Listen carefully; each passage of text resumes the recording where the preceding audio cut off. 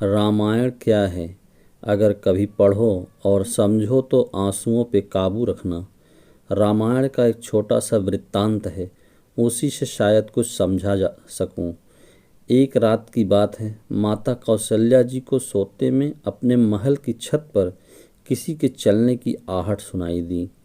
नींद खुल गई। पूछा, कौन? मालूम पड़ा श्रुतकीर्ति जी, सबसे छोटी बहू, शत्रुघ्न की पत्नी। माता कौशल्या जी ने उन्हें नीचे बुलाया। श्रुतकीर्ति जी आई, चरणों में प्रणाम कर खड़ी रह गई।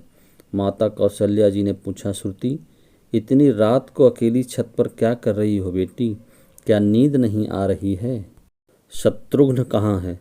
श्रुतकीर्ति की आंखें भर आईं। माँ की छाती से चिपटी, गोद में सिमट गई और बोली, माँ, उन्हें तो देखे हुए 13 वर्ष हो गए हैं। उफ! कौशल्या जी का हृदय काँप कर छटपटा गया।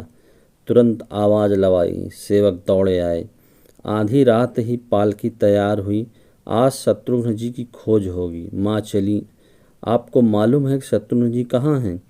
अयोध्या के किस दरवाजे के बाहर भरत जी नंदीग्राम में तपस्वी होकर रहते हैं। उसी दरवाजे के भीतर एक पत्थर की शिला है। उसी शिला पर अपनी बाह पर तकिया लगाकर लेटे मिले। माँ सिरहाने बैठ गई और बालों में हाथ फिराया तो शत्रुघ्न जी ने आंखें खोली।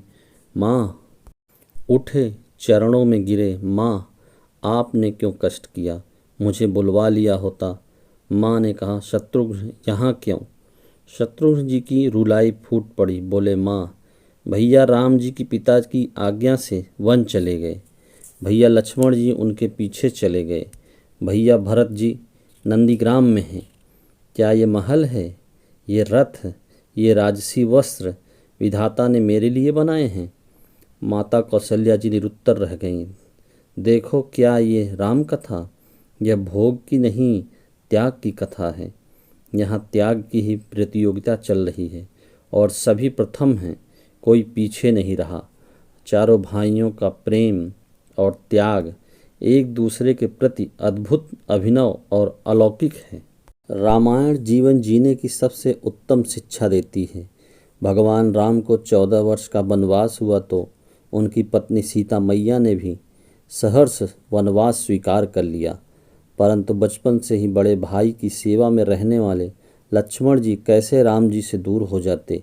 माता सुमित्रा से तो उन्होंने आज्ञा ले ली थी वन जाने की, परंतु जब पत्नी उर्मिला के कच्छ की ओर बढ़े थे तो सोच रहे थे कि माँ ने तो आज्ञा दे दी, परंतु उर्मिला को कैसे समझाऊंगा, क्या बोलूँगा उनसे।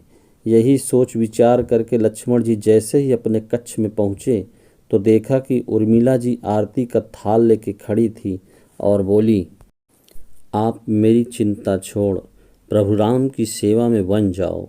मैं आपको नहीं रोकूंगी। मेरे कारण आपकी सेवा में कोई बाधा न आए, इसलिए साथ जाने की जिद भी नहीं करूंगी। लक्ष्मण जी को कहने में संकोच हो रहा था, परंतु उनके कुछ कहने से पहले ही उर्मिला जी ने उन्हें संकोच से बाहर निकाल दिया। वास्तव में यही पत्नी का धर्म है। पति संकोच में पड़े उससे पहले कि पत्नी उसके मन की बात जानकर उसे संकोच से बाहर कर दे।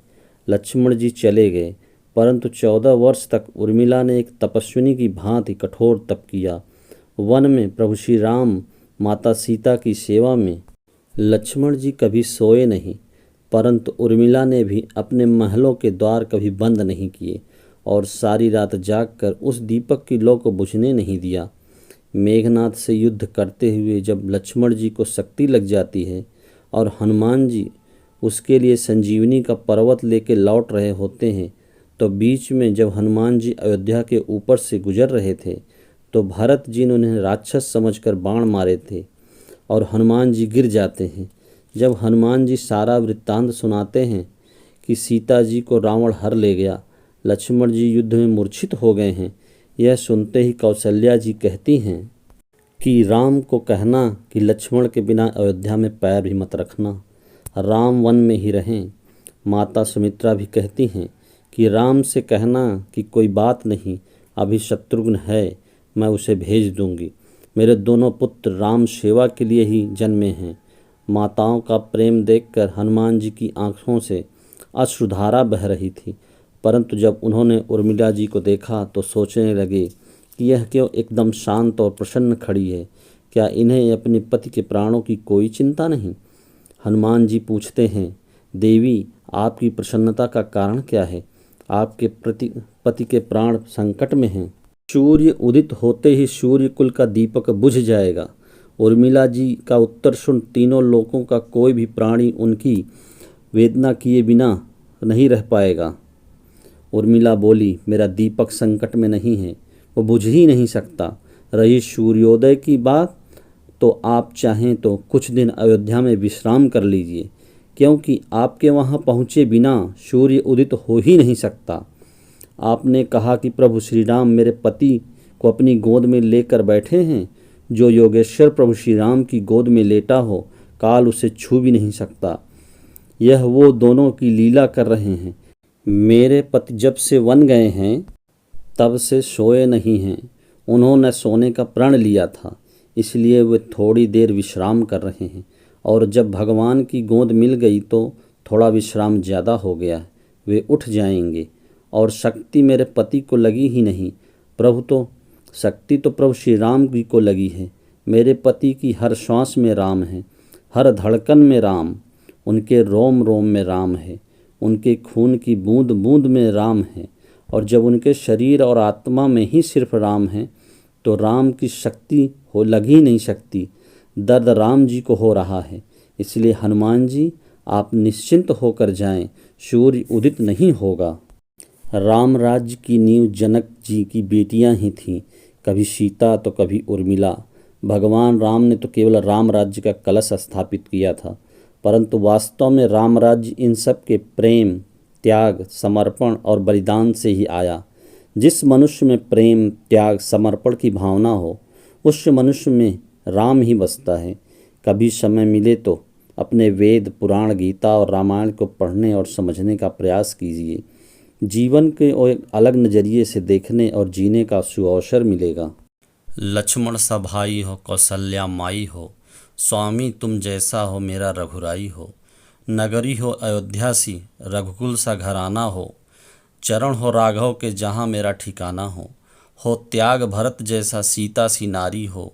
लवकुश के जैसी संतान हमारी हो। श्रद्धा हो श्रवण जैसी सबरी सी भक्ति हो। हनुमत के जैसी निष्ठा और शक्ति हो। ये रामायण है पुण्य कथा, श्री राम कथा। जय श्री राम।